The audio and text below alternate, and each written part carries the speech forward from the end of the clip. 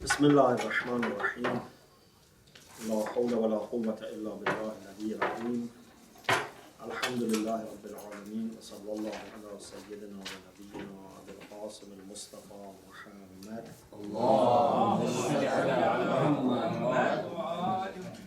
وآله الطيبين الطاهرين لا سيما بقية الله في الأرضين أجل الله تعالى فرجه الشريف اللهم أخرجني من ظلمات الوهم وأكرمني بنور الفهم اللهم افتح علينا أبواب رحمتك وانشر علينا خزائن علومك برحمتك يا أرحم الراحمين.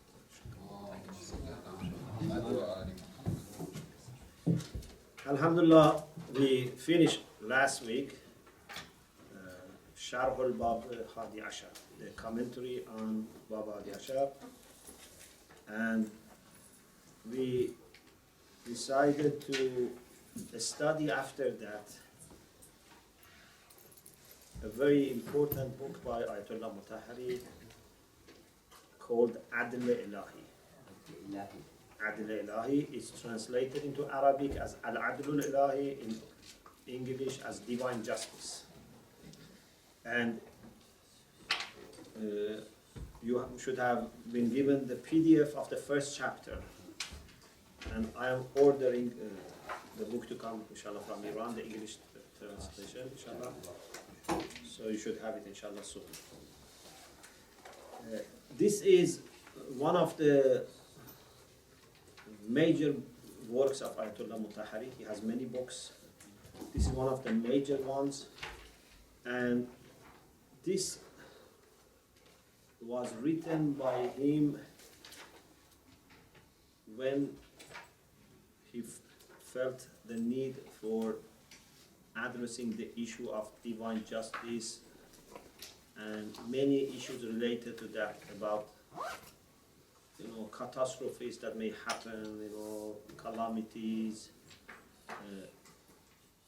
about punishment, what is the situation of non-believers, unbelievers, about reward, and this type of things. So he has addressed many issues. In the introduction to the book, which is a long introduction and has been written in 50s in Iranian calendar, I tell you exactly when was it written. It was written in spring 1352, means 43 years ago. 43 years ago, this was written. So it's like 1973.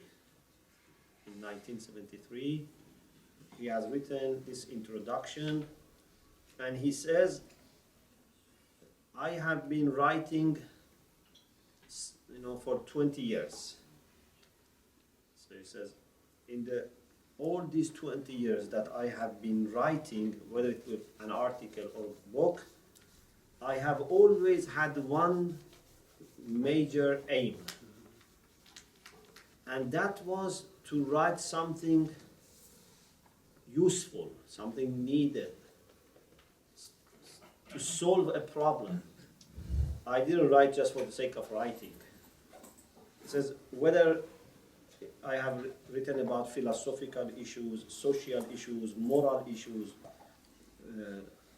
historical issues, fiqh issues, always I had one aim, and that was to introduce Islam and address a need. He says we have practical problems. For example, in the Muslim world there is maybe poverty, maybe there is illiteracy in some places. There are problems.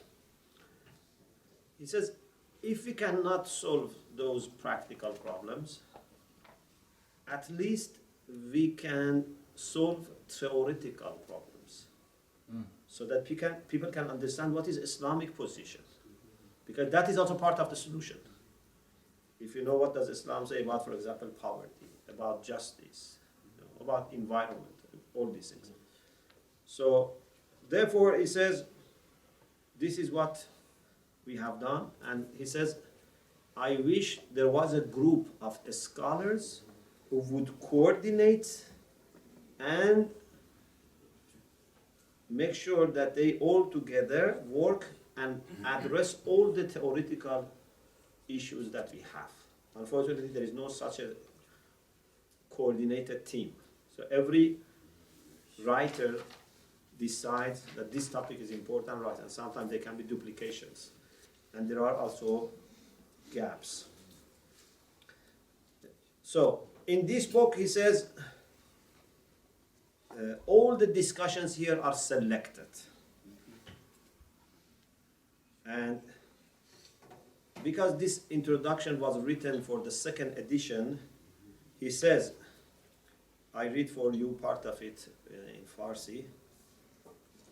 He says, در چاپ دوم در حدود 1/5 بر مطالب چاپ اول افزوده شد. In the second edition, about 1/5 of the content is added to the first edition. So there is increase of about 20%. به علاوه اصلاحاتی لفظی و تغییراتی از لحاظ نظم و ترتیب مطالب به عمل آمد. In addition to increase in the content, some changes in some terms and some changes in the order and structure of the book have been made. So this is now like a new book. And he says, آنچه درباره مباحث این کتاب میتوانم بگویم این است که همه مباحثی انتخاب شده است. He puts in the quotation. It says all the discussions in this book are selected. Okay? So it's just selected discussions for selected people like you. I think you are all selected also.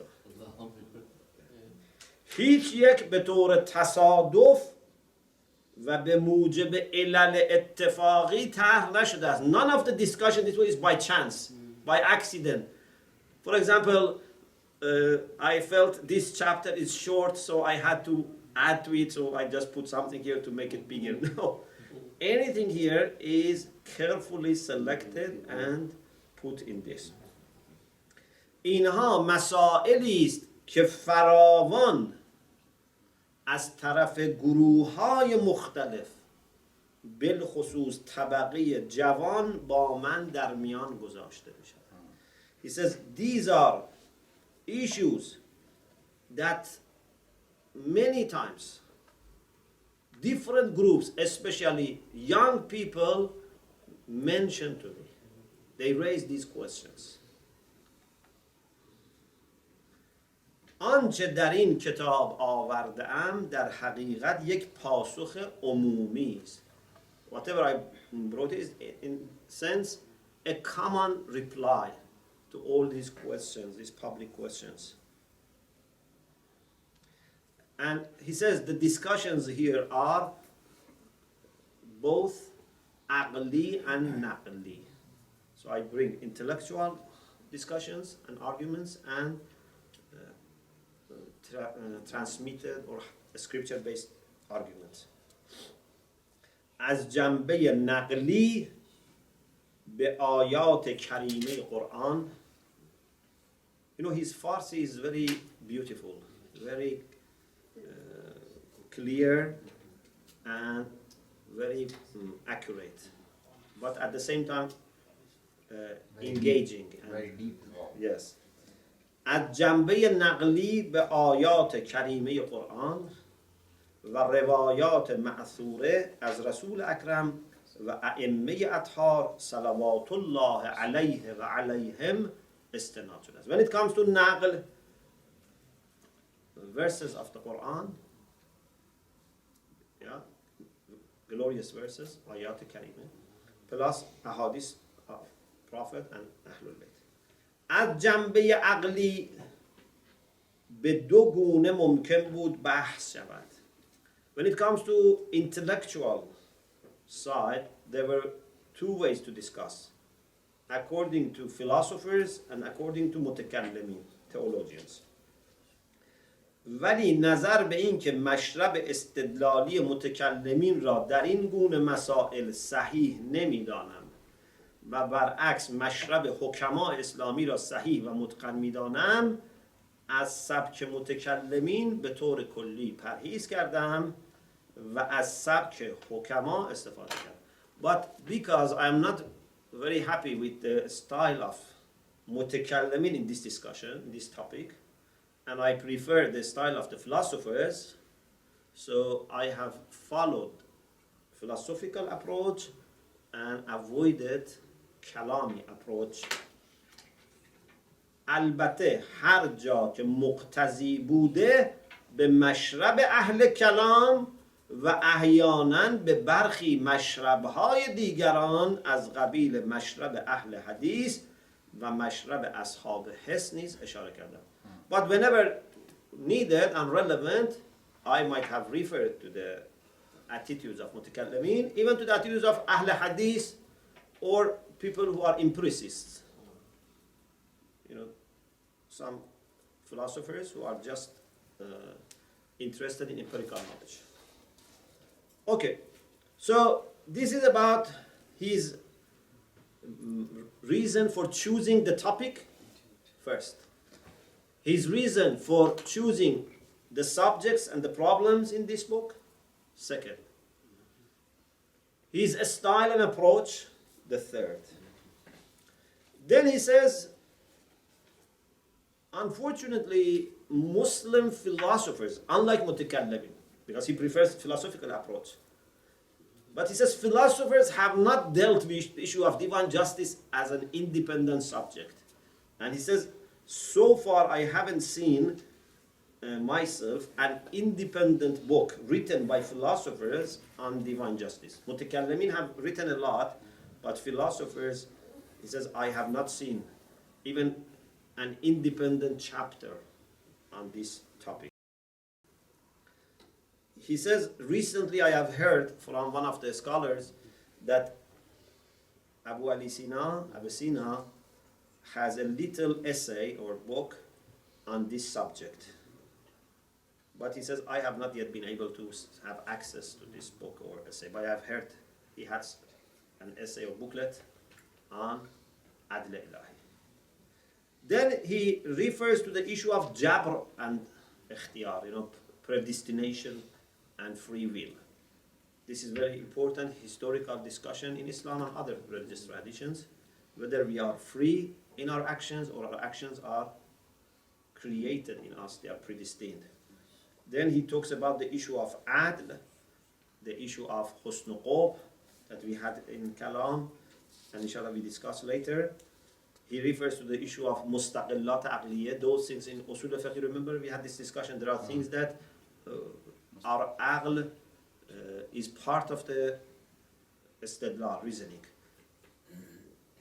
And sometimes both premises are from aql, sometimes one premise is from aql, the other is from naql.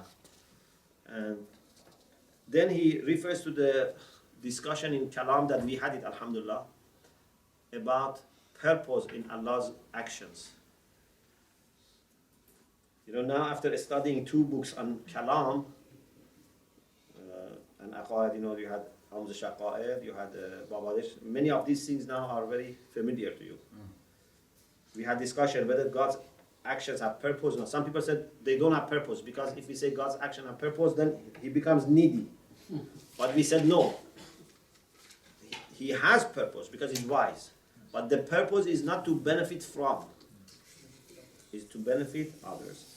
So this is also something that has been discussed by Muslim theologians, and there have been different positions. Therefore, mutakallimin and Muslim philosophers, Muslim thinkers have been classified according to the positions they have taken about the issue of Adl and Jabr and Ikhtiyar, these type of things. For example, inshallah I will repeat again in chapter 1, Mu'tazila Mu'tazilites, and Shia are known as Adliya, the people of justice. So, because they give lots of significance to the issue of divine justice, they are known as Adliya. But Asha'ira are the opposite. Although they don't deny divine justice, but the way they define it is not giving any significance to justice. Inshallah, we'll talk about it. So people, based on their position about this issue, have been classified. Some people tried to give more significance to Tawheed and saying that everything is created by God. And they meant by this that we have no role. No one other than God has any role. No cause other than God. Even fire does not burn. You remember we had this discussion that if you see when there is fire, something is burning, they say this is just by accident. It's habit. Adatullah jarat. This is the habit of God that after creating fire, He creates fire in the wood, for example. But these are two things which are not related. In Western theology also we have occasionalism, which means the same. So, they said everything is an act of God, but then the problem is that why people are blamed if they do something wrong. Yeah? Why Quran blames Zalimin, for example. On the other hand, some people try to give significance to issue of justice, but then they delegated everything to human beings in their voluntary actions, therefore they limited the role of God. So this is a problem. Inshallah, we will talk about all this. So he talks about the way Islamic Kalam, science of Kalam, has influenced Islamic philosophy, and talks about intellectual approach of the Shia. These are all topics that need lots of discussion, but it's just quick rough point in Muqaddamah. He talks about the Shia approach in fiqh, which would not accept qiyas. Qiyas, analogy, is not accepted because it's not decisive, doesn't lead to certainty. And then he has a discussion why the issue of justice has become very important for Muslims. Why so much emphasis on the issue of justice and relevant related issues in early centuries of Islam onwards. He says, in my understanding, the root is the Quran itself. The Quran inspired this discussion because Quran refers a lot to issue of adl and zulm. For example, Quran says the whole creation is based on balance. وَالسَّمَاءَ رَفَعَهَا وَوَضَعَ الْمِيزَانَ. Allah raised the sky and set up the scale and balance. Hadith from Rasulullah says, بِالْعَدْلِ قَامَتَ السَّمَاوَاتُ وَالْأَرْضُ. All the skies and the earth stand up because of justice. Of course, justice here has a special meaning. It means like balance. All the messengers have come to help people achieve social justice. لقد أرسلنا رسلنا بالبينات وأنزلنا معهم الكتاب والميزان ليقوم الناس بالقسط. All the messengers have come. They have been equipped with manifest signs, with book, with a scale, so that people rise and establish social justice. So, Quran inspired Muslims to think actively about the issue of justice and injustice and social justice and equity. Even when it comes to Prophet Ibrahim alayhi salam and the issue of imamah, Allah says, La yanalu ahdi al-zalimin. So those who receive divine position of imamah should be free from zulm, from any injustice. Or for example, Quran says a moral person is the one who has justice, righteousness. You know, sometimes the Quran when it talks about witnesses, وَأَشْهَدُوا ذَوَيْ عَدْلٍ مِنْكُمْ, Surah Talaq, verse 3. Ask two people who have justice to bear witness and bring them. People who have justice. You know, say adil. Zawai ad means possessor of justice. When Greek philosophy was introduced to Muslims through translation, people saw that, for example, Plato talks about justice. And justice is the most fundamental virtue in Greek, approach to virtues. When all the faculties are in a balanced and middle position, when you have shaja'a and hikmah and iffah, then you have adal. But it says before these translations took place, Quran talks about justice as a fundamental value. And he says most of the verses, this is a very important point, like everything we said so far. Most of the verses in the Quran about justice are about social justice, not only personal justice. Qist and social justice.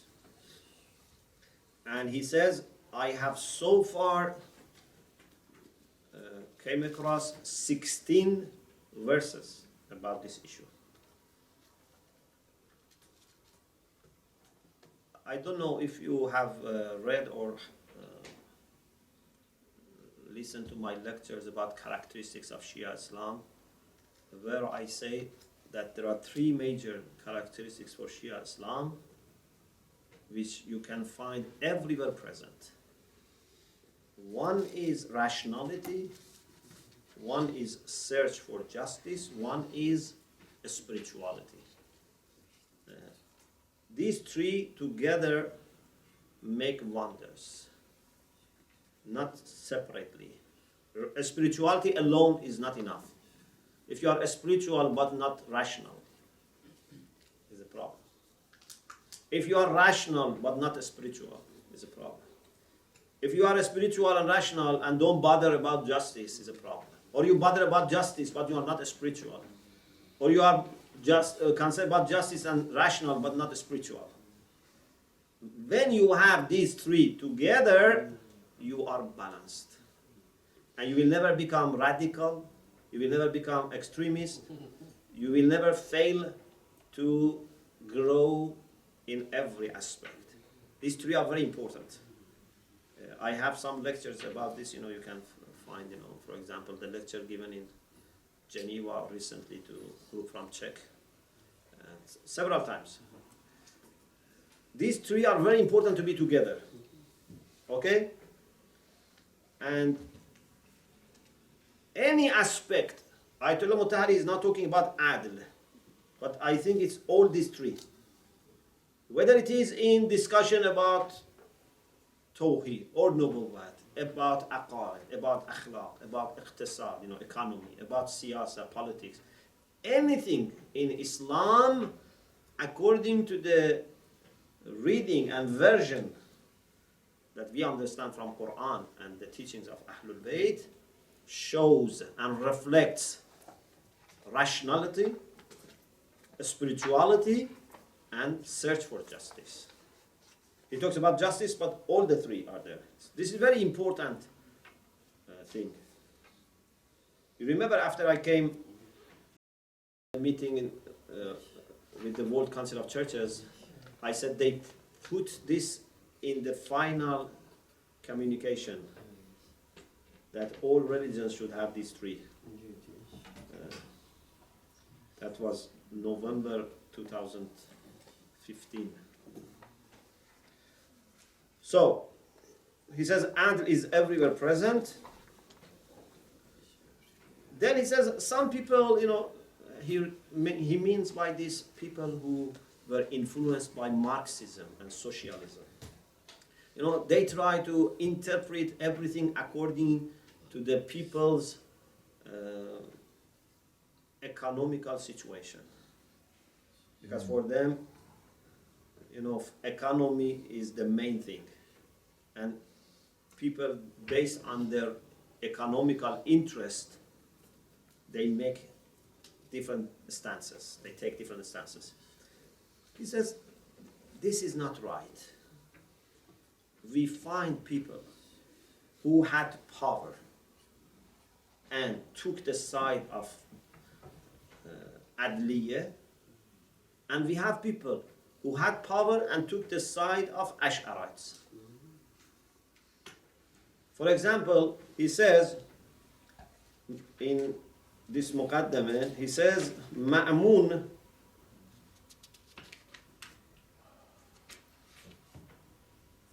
Ma'mun, the Abbasid Caliph, he says he was supporting Mu'tazilites, but Mutawakkil was supporting Ash'arites. Both of them are Khalifa and both of them are Abbasi. You cannot say any person who has power would be, for example, taking the side of Ash'arites or taking the side of Mu'tazil. Or, for example, he says, Sahib ibn Abbad, he was a minister, and he was one of those exceptional ministers that he remained in position and he had power till he died. And his father was also minister, and his grandfather was also minister. So he had always power and brought up in a powerful family. But he is one of the people who emphasized a lot on justice. So it's not that only poor people talk about justice. On the other hand, some poor people may talk about, jabr. It's not that political powers talk about jabr to justify.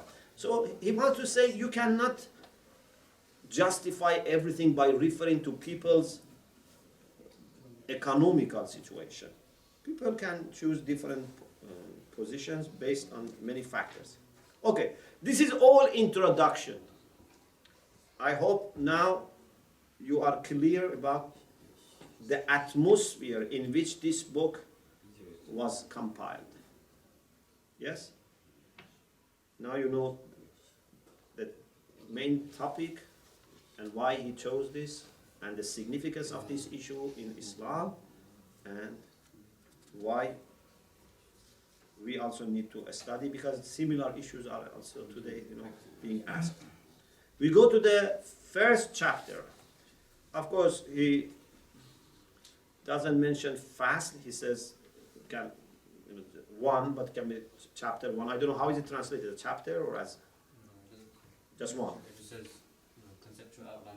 Yeah, like unit 1, chapter 1 is tarh bahs. Tarh bahs. In Farsi, when you open the discussion, you see what is the topic. This is called tarh bahs. Okay? Imagine you want to give a lecture on something. In the first 5 minutes, 10 minutes, you explain what you want to say. Yeah? Then the second unit is hal mushkil. Tarh bahs, hal mushkil. Okay? Farsi is a sweet language, yeah? Nice. Yes. So, we now want to just start with seeing what is the issue. Of course, we had this introduction, but the book starts here.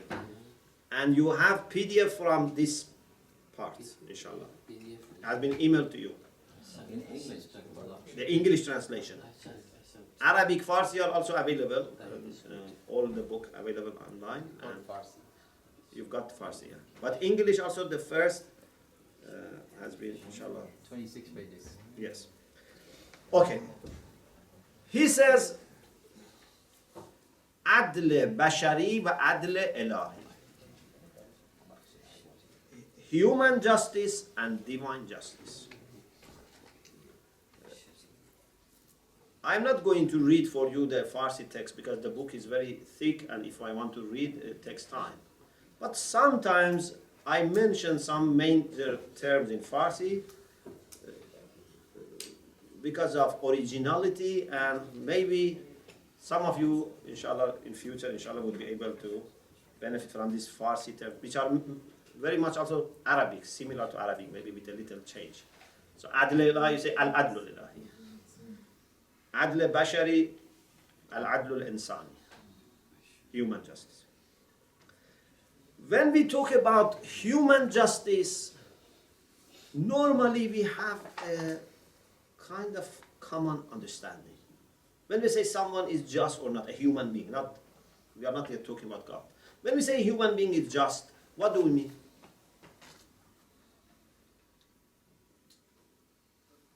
Sorry, when we talk about human justice, Yeah, when we say someone is just, we mean he observes the rights of people, he treats them with respect, he doesn't harm them.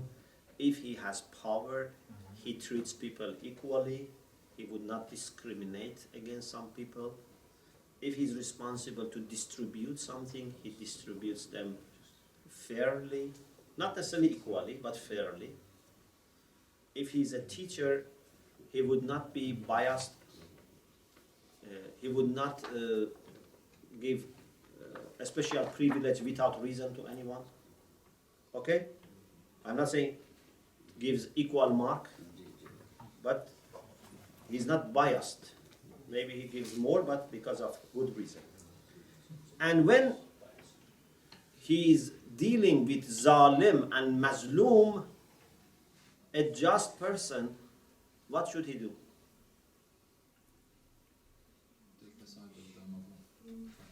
When you are judging between zalim and mazloom, what should you do? we give the punishment what he deserves. Pardon? Take the side of the Muslim. Help Marlon. Here is a bit, I think, ironic. If you are judging between zalim and mazloom, you should not take any side. If you are judging, you should be impartial.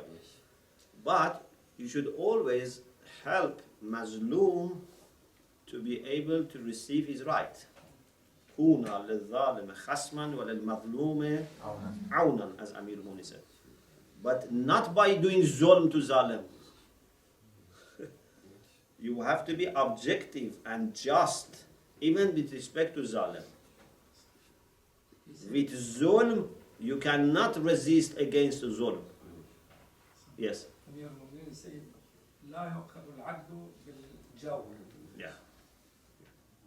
You remember in Akhlaq, in Muharram, we had this discussion that you cannot help haq by using means of batil.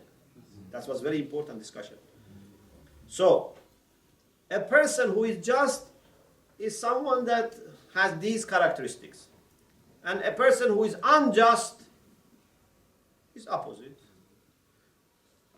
So, for us to understand what does it mean for a human being to be zalim or mazloom, to be just or unjust, is somehow clear. But what about God?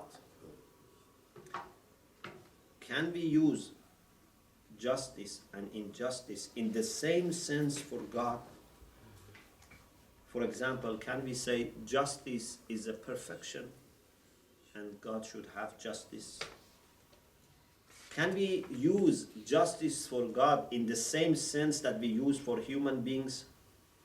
Or maybe someone says we cannot use justice for God at all. Why? Because no one has any rights over God. Everything is given by God. So we cannot talk about God observing rights of people or not. Of course, we are not now making decision or judgment. We are just raising tarh bas. So with respect to God, the question is not as easy as human beings. Some people may say it's not right to use the concept of justice for God or the concept of injustice for God. Even just discussing it is irrelevant. No one has any ownership, any right that would conflict with rights ownership, with God's ownership. You know, between us human beings, we can have conflict because someone may own something and I want to take it unjustly. But when it comes to relation between us and God, we don't own anything with respect to God so that He doesn't own. Okay? Like he uses this example. He says, for example, you are as a father, you buy everything for home. You buy also toys for your children. The toy that you have purchased, or for example, dish and containers, all these things. If you have given your child to use them, is not that he has now ownership, and if you use it, it's zulm. It's yours, but you made it available for your child to use. Yeah? So you cannot say that if father uses, it's zulm. So this is also one issue that if you remember when we were talking about issue of problems in the world, I said it's not an issue of justice, it's issue of hikmah. Because no one has any right over God. If God gives someone no children and gives someone children, the one who has no children cannot, blame God. Say, you have not been just. You have given my friend 10 children, I have no children. Yeah? He cannot blame. And the one also who has 10 children cannot blame. Say, I have 10 children to look after, this person has no child to worry. Nowadays people blame the other one. So, no one can blame whether he has or he doesn't have. Someone who is poor or rich, they cannot blame. Okay? Because they don't have any rights over God. Anyway, this is something to consider. We are not making any decision now. Just we are raising issues. With respect to God, the concept of justice needs discussion. It's not as easy as with the human beings. The other issue is there anything we can use for God better than the concept of justice, so that it would not be just something practical or moral, something existential, something like, for example, hikmah, something like knowledge that we use for God. Can we find something like that? What is the Quranic understanding of justice? These are issues that we will gradually, inshallah, discuss. What is clear and beyond any doubt is that in divine religions, Islam, Christianity, Judaism, justice of God is very important. And our relation with God is built partly on this understanding that God does not do zulm. Yeah? In all religions we have this. This is part of our understanding of our relation with God. He says, for example, in the Quran, you find, as we said in Muqaddama, in introduction, that all the messengers have come لِيَقُومَ النَّاسُ بِالْقِسْطِ. Or when it is about the day of judgment, Allah subhanahu wa ta'ala says, وَنَضَعُ الْمَوَازِينَ الْقِسْطِ لِيَوْمِ الْقِيَامَةِ. Surah Anbiya, verse 47. The scales for, social justice will be set up on the day of judgment. فَلَا تُظْلَمُ نَفْسٌ شَيْئًا. No one will be dealt unjustly. وَإِنْ كَانَ مِثْقَالَ حَبَّةٍ مِنْ خَرْدَلٍ أَتَيْنَا بِهَا.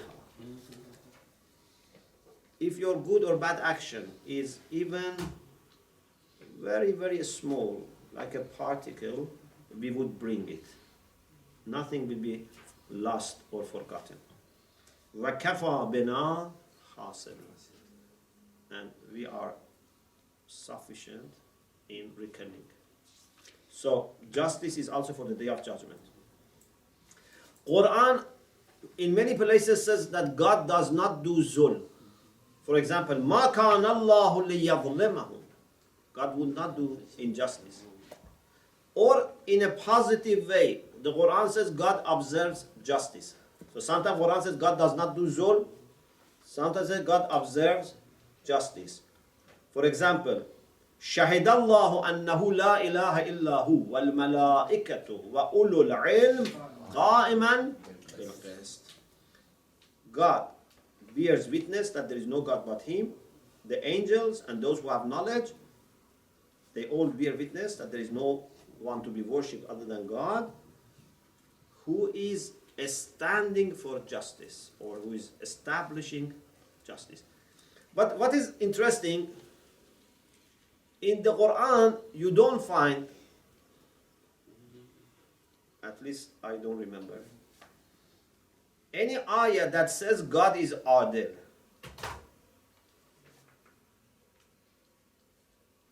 The term adl has not been used for God in the Quran. God is not doing zulm, or God is qa'iman bil qist. But you don't find anywhere in the Quran that says God is adil.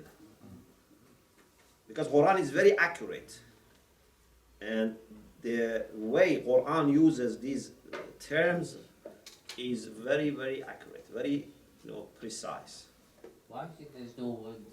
Why is there no word like adl in the Quran? What is the No, adl is in the Quran. It is adl is in the Quran. But not for God. For example, إن الله يأمر بالعدل. Or اعدلوا هو أقرب للتقوى. ذوي عدل منكم, as we said. But you don't find any verse which says إن الله عادل. Okay? Why?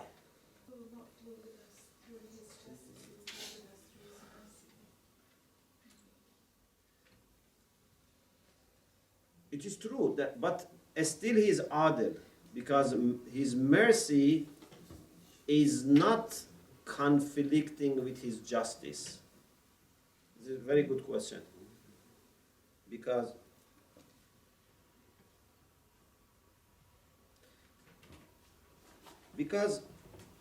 sometimes you use justice in the sense that giving someone what he deserves, not more, not less.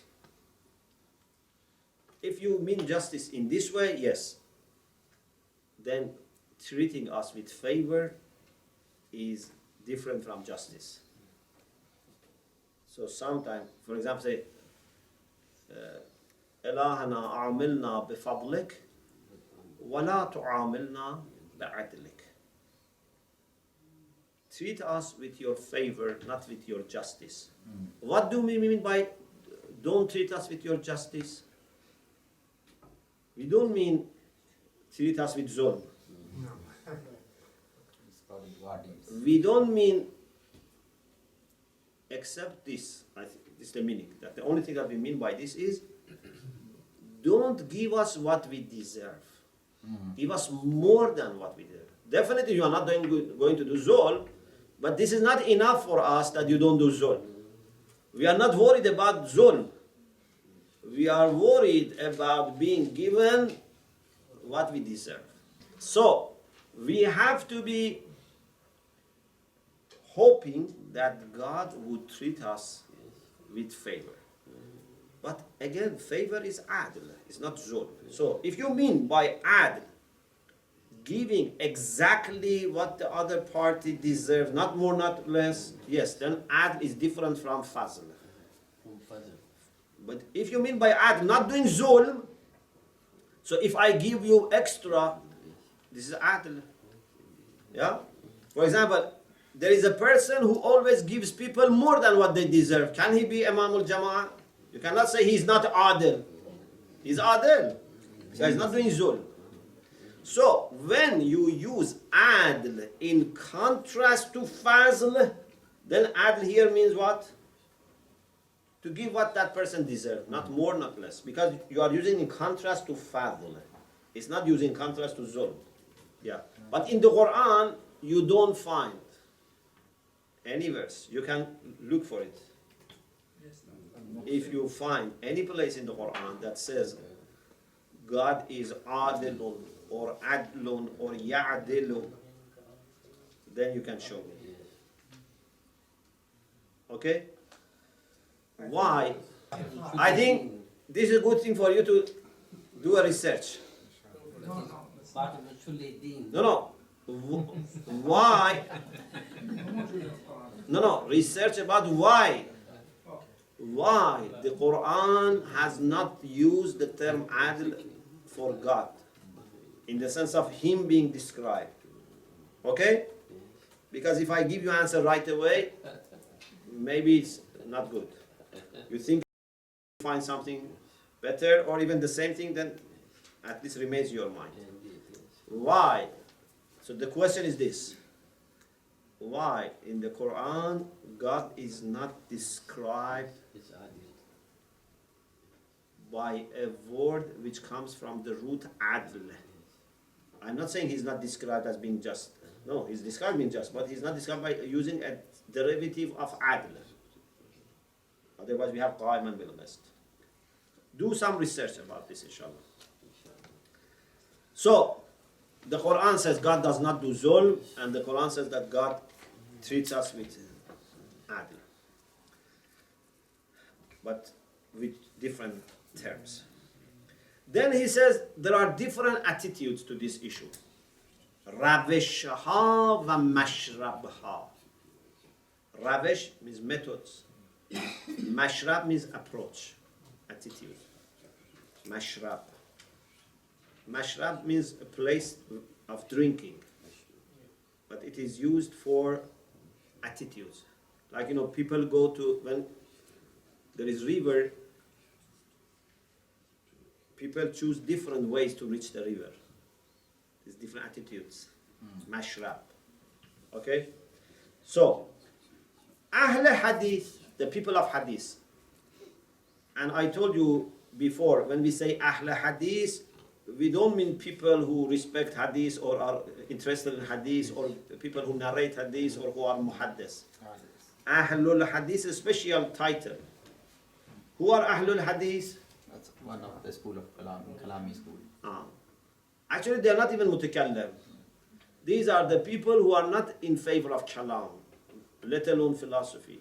They say just take the Hadith and Quran literally and don't discuss that much. Yeah? We tell you do mubahisa. They say don't do mubahisa, just repeat. You can do muzakara, but no discussion. Just repeat. Okay? Yes. What's the difference between Ahl Hadith and Akhbari? Akhbari are different. Ahlul Hadith are Sunni scholars, like Ahmad ibn Hanbal and this type of people. Akhbari is a Shia, movement that actually they are not against kalam. They have a very strong interest in kalam. Maybe they are not very interested in philosophy, but they are very interested in kalam. And they say that we cannot understand Zawahir al-Quran by ourselves. We should refer to the hadith to understand Zawahir al-Quran. But they are not against aql or kalam. Yeah. So, Ahlul Hadith, when it comes to issue of justice and things like this, they say you don't need to discuss. Just accept whatever is mentioned in the Quran and Hadith and say the same thing. They don't have such concern about this. And Ayatollah al-Mutahari says this idea is not acceptable. And he says we have discussed this in the volume 5 of Usul Falsafe wa Rabish Realism, Principles of Philosophy and the Method of Realism. He says we should engage in this discussion and reflect and try to analyze. Mutakallimin are divided in two major groups when it comes to this issue. Ash'arites and Shiite and Mu'tazilites. So Ash'arites on one side and Shia and Mu'tazilites on the other side. And these are called Adliyah, the people of justice.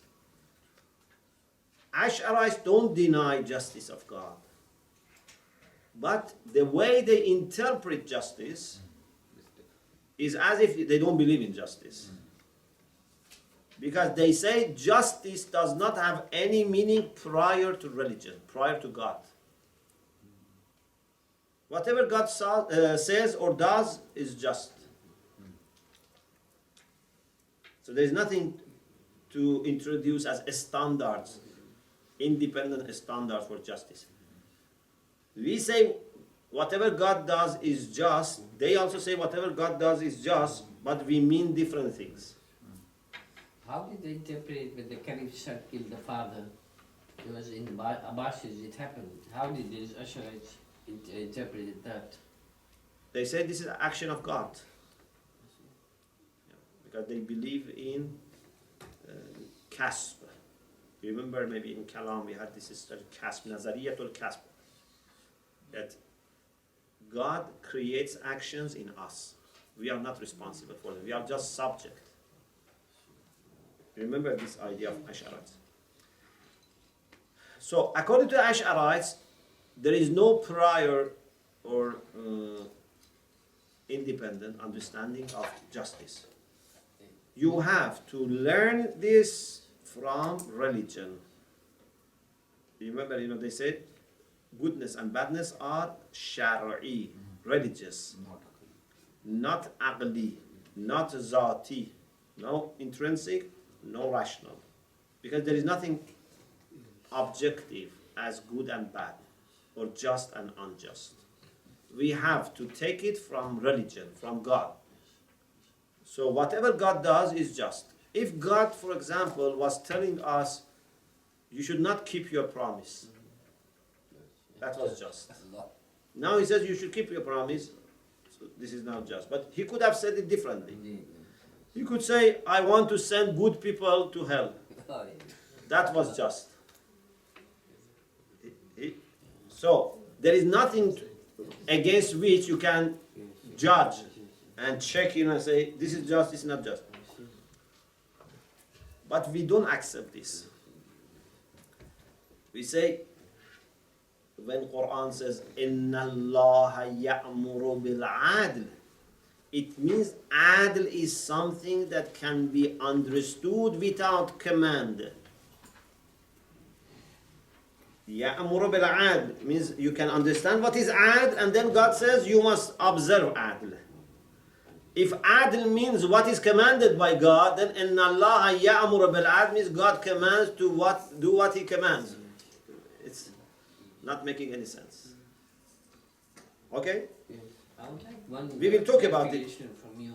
Pardon? Can the son who kills his father inherit was normally being Shia No. with the dad, but how about the Sunnis, the Asharites? Would they say can inherit from the father? Because they say it's an election of God. So if it's an election of God, he should be able to inherit. After killing the father, he can inherit the caliphate. Is that a No, problem? not Asharites. necessarily, because this is a religious ruling. So even the Asharites said that? They can't So in the same way that, for example, a murderer can be punished, yes. you cannot say because action of God there is no punishment. Yes. This is also possible that he may be deprived from some financial inheritance. You remember the story of that person who went to someone's garden and started eating from the fruits of that garden. Yes. The owner of garden came and started fighting and beating him with wood. Yeah. He said, "Why do you beat me? This is a creation of God eating from the creation of God. Why you are beating me?" He said, "A creation of God is beating another creation of God. Why you blame me?" So if this is jab that you are eating, this is also jab that I am beating you. I remember the story. Yes.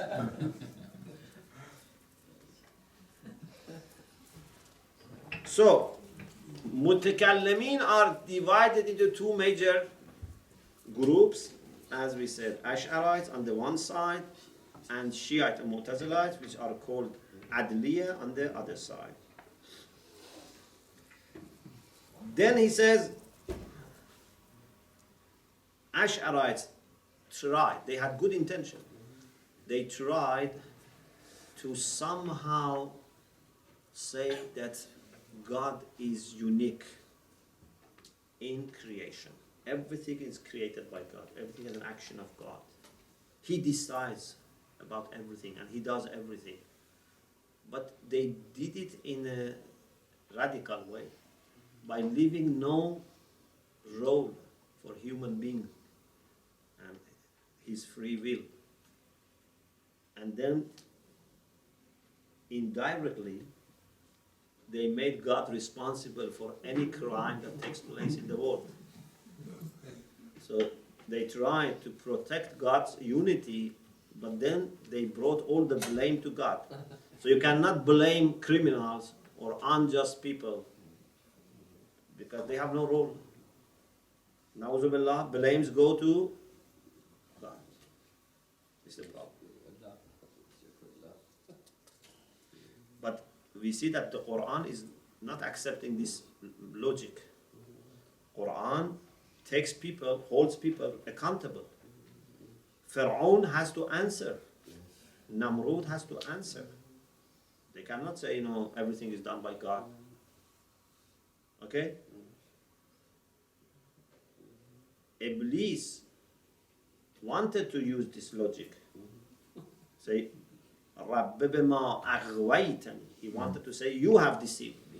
But this is not acceptable. He cannot say, you deceived me. Adam didn't use this logic. He said, إِنَّنَا ظَلَمْنَا أَنفُسَنَا. He didn't say, you deceived us by creating Iblis, for example. No, he understood that he is responsible.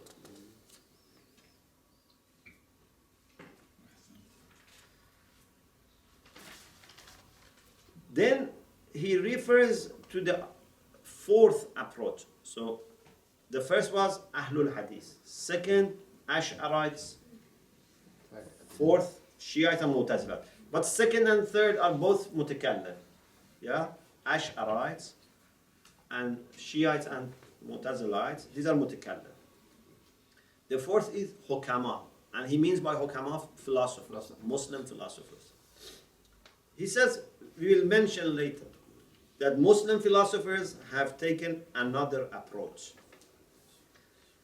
They accept Tawheed Af'ali. Everything that happens is an action of God. But they don't deny our role. Everything is God, but we are also agents. Because there is hierarchy. You remember we were talking in Aqaid, there is hierarchy of agents. God is the creator, but we are also responsible. And we gave you example. For example, the king can say, I made this, for example, bridge for you. The minister says, I made this bridge for you. The engineer says, I made this bridge. The labor, say, we did the bridge for you. It's okay. Or when you put the key and unlock the door and open the door, you can see the key, unlock the door, you can say my finger, you can say my hand, you can say I did this. So there can be a hierarchy. God is above all and He is the creator of everything. لا مؤثر في الوجود إلا الله. We believe in Tawhid al-Af'ali, but at the same time we don't deny our role. We are also part of this process. We occur in this chain, this hierarchy. And also Muslim philosophers accept that God is not doing zulm, but they have another definition or another understanding of this issue. For them, the issue is much more fundamental, and inshallah, he says later we will talk about this. Their approach has similarities with Shiite and Mu'tazilite approach, but there are also differences. Excuse me. Yes. So the example that you gave, that's how everyone is in a chain, and the key example, that someone comes and opens the door with a key. Yeah. But isn't it different to us and Allah being in the chain? Because the person who is using the key doesn't have a choice. So the key needs to turn, the finger needs to turn because I'm ordering it. Yeah. Or the king who orders the bridge, the minister or the person, they have to listen. If they No, don't listen, but they have choice. well, they will get sacked. Philosophically, they are free. Yeah, this key Even doesn't if have you are choice. forced, you are free. But the key doesn't have choice. Yeah, so I'm not saying that anything in this chain has free will. Some of them have free will, some of them have no free will. And those who have free will, some of them have choice, some of them have no choice. Angels have free will, but not choice. According to Muslim philosophers, angels have ikhtiyar, but not intikhab. Because they only choose what is good. So they are free, but they don't choose between good and bad. They only choose good because they only want good. Okay? So, some agents have free will, no choice. Some have free will and choice and selection, like us. Some have no free will, like instruments that we use. Okay? But what is important is that there is a hierarchy and they are all involved. So when we say God is the creator, we cannot say fire has no role, as Ash'arites say. Fire also has a role, although fire has no free will. But fire has a role. We don't deny causality, because Ash'arites deny causality. They say there is no aliyah. Adatullah jarat. We say no, causality is there, but we have different types of causes. Okay. According to the philosophers, the issue of divine justice is much more than what mutakallimin talk about this. It's more than a practical or moral issue. Then he says there is another group that also they are not mutakallim or philosopher, or they are not like Muslim philosophers. Or we call them philosophers, they are empirical philosophers, empiricists. People who deny anything unless it can be verified by empirical data. Like you have to see, you have to touch, you have to smell. So these people also, when it comes to this issue, then they have problem, because they have to find out what is the solution for this issue of, for example, this evil that exists in the world. Because their understanding of God is based on the data, empirical data. If there is conflict, they have problem. But we don't have problem because we prove existence of God rationally. And even if there is a case that we don't understand why God did this or why God permitted this happen, we say, I don't know, but I have already proved intellectually that God is knowledgeable and powerful and benevolent. So even if I don't understand the wisdom behind something, then I don't have problem. When you know someone is a very, very capable engineer, you don't need to understand everything that he does. You trust him. But if you trusted him by looking at what he has done, then if there are something that you cannot understand, then your trust in him collapses. Because this was the only way for you to. So, anyway, these are different approaches. And he says, we have to first start with defining adl. What is justice? What are different meanings or senses in which adl, justice, has been used? And then see which one is more suitable for us and how we can use it for God. I think I stop here and inshallah we continue next week. وآخر دعوانا أن الحمد لله رب العالمين.